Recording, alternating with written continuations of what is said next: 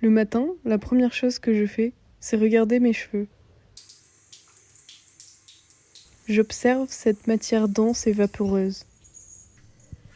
Je dois soit les humidifier, soit les laver.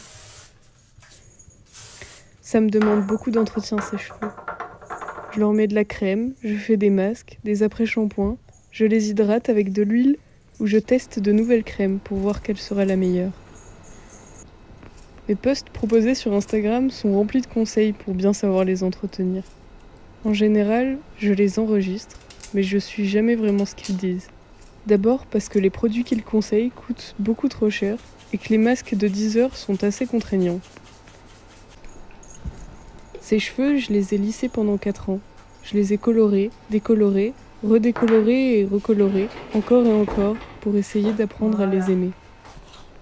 Un jour, j'ai vu que les couleurs partaient trop vite et que les lisseurs du supermarché abîmaient les cheveux de ma mère et de ma sœur.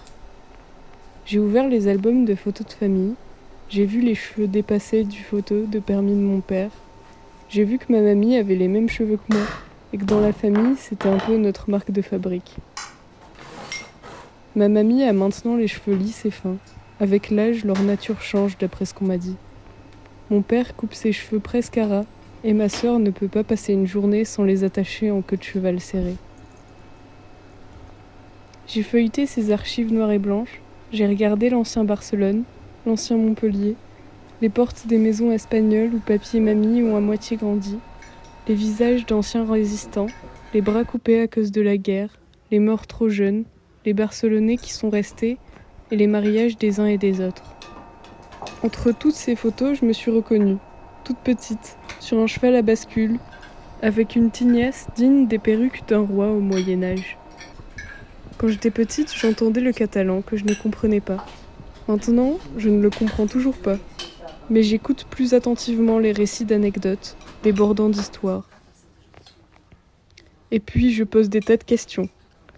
Comment ma mamie peut me dire que cela ne l'a pas atteint ? Comment elle peut me raconter tout cela sans avoir les yeux humides ?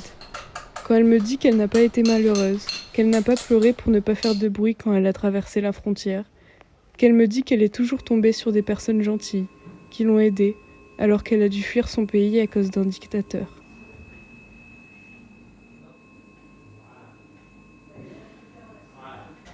Quand elle raconte tout ça, j'ai l'impression que mes cheveux transportent sa force, et qu'elle m'a donné en quelque sorte un petit bout d'elle. Grâce au sentier qu'elle a traversé, j'ai ses cheveux rebelles et indisciplinés. Alors aujourd'hui, quand je regarde ces mèches épaisses, tourbillonnantes, j'ai envie d'en prendre soin.